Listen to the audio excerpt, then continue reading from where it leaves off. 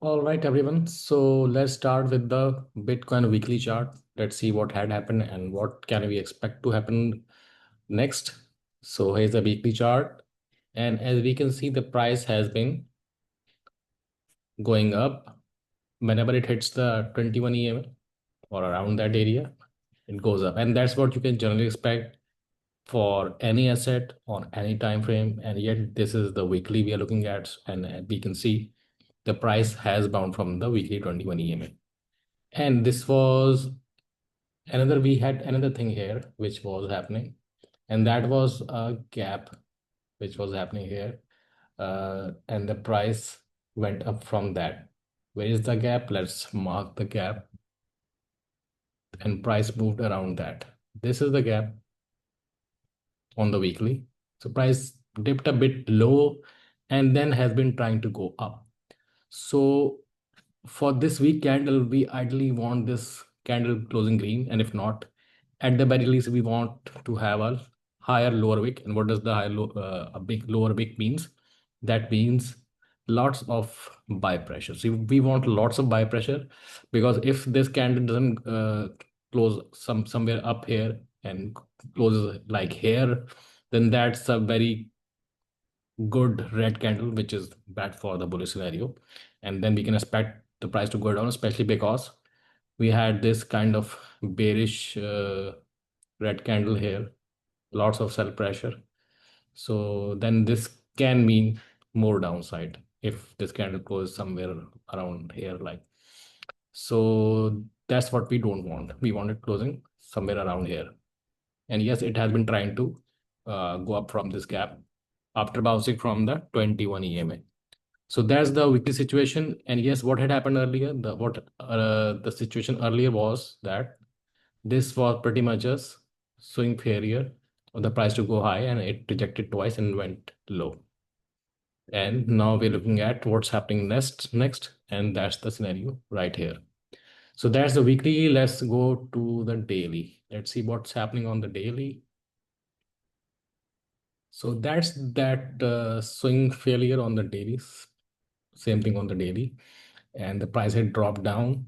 It dropped down in a channel, and then it has been going up in a channel, right? So we can also call this channel bear flag if we want to. I mean, it's not the most ideal bear flag, but it's kind of is. So let's try to mark this. And normally it's better to mark such on a slightly lower time frame because we want more touches than we have here. But this suffices as well. But we'll check it on the 4 hour as well, just in case. So this is the channel mark on the daily. Let's check it on the 4 hour. So here we have it on the 4 hour. Yes, works out pretty all right. So if we try to get the targets of this bear flag, if we call this a bear flag, then how would we do that? We could either take this as a pole and then double that up. That gives us the target for this move, somewhere around this. Or maybe you could do it like this. So anyhow, when the price reached here, that was kind of an exhaustion. Not just because that was one of the targets of the flag, but more importantly, that was the target of a head and shoulder pattern as well. Where is the head and shoulder pattern? Right where it's breaking the flag. That's the head. And then there's the right mini shoulder. So that broke. This is also incidentally the target of this head and shoulder pattern. So we have hit the target of the head and shoulder and of this flag target. So we can say this is pretty much exhaustion area. And no wonder the price tried to go sideways and then jumped up. And it has closed above what's actually the previous day high. I guess that was this wick. So it has closed above that, or maybe it was this. Must have been this. Must have been this, yes. So it has closed a bit above that previous day high, which is good for the bullish scenario. And more importantly, let's look at what happened here. Price dropped and then wick below this range. That's pretty much a swing failure pattern. And this has been accompanied with the significant bullish divergence. Where's the bullish divergence? lower low, and here we have high lows. So that's bullish divergence. So could have even longed here, and no wonder the price went up, right? So after exhaustion, if you get a reversal pattern, that's pretty good scenario, and the price going up. So what are the next challenges? Of course, we all know that this 4-hour 200 EMA is very important resistance. So no wonder it's the current challenge. And then we have previous week low and the weekly open as well. So like I'd mentioned on the group as well, when the flag broke, I'd mentioned the group that it's breaking a head and shoulder and a flag. And when I mentioned that, the price was here. And this pretty significant move happened. Now, I have mentioned that we are taking this as a target, sorry, as a pole, but we can also take this entire move as a pole if we want. I mean, even though this is sideways, so technically this is not how a pole looks like, but we can try. So let's see what do we get if we try to use this as a pole. So that's more like a apocalyptic scenario, the doomsday scenario. What happens? Well, not really doomsday, but a Perry scenario. So that points out to somewhere around 102. So that's what can happen in the worst situation. And we have some other stuff happening here as well, which means the price can get shorted when it reaches here. Well, sorry, when it goes a bit up. We have some gaps here,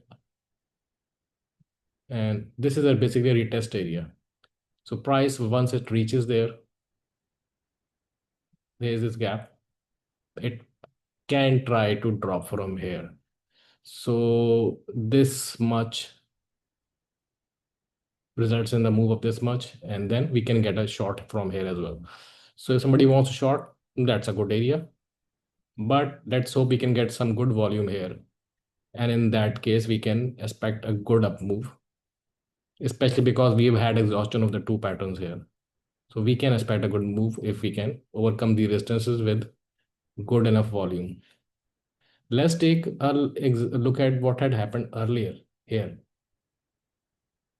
This was another channel. Let's mark this channel. And let's see how this channel was defeated. Something like this, yeah. So as we can see, we had a double bottom here and then it broke it, right? Broke, retested, and then kept going up. I mean, of course, not in a straight line, but kept going up. And amazingly, at this double bottom, we did not have any bullish, a bit maybe, but not much of bullish divergence. But here we do have plenty of visible, very noticeable bullish divergence. So this should keep going up ideally.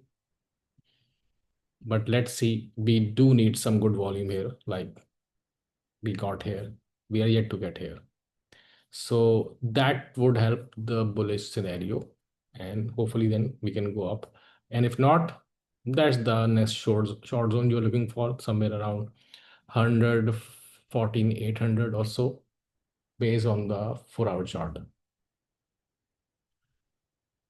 But right now we're getting a good green candle on the daily. And if we can close this candle green, ideally above this level, then we can expect to see the bullish momentum continuing. So that's that for the Bitcoin analysis, and let's see how it turns out.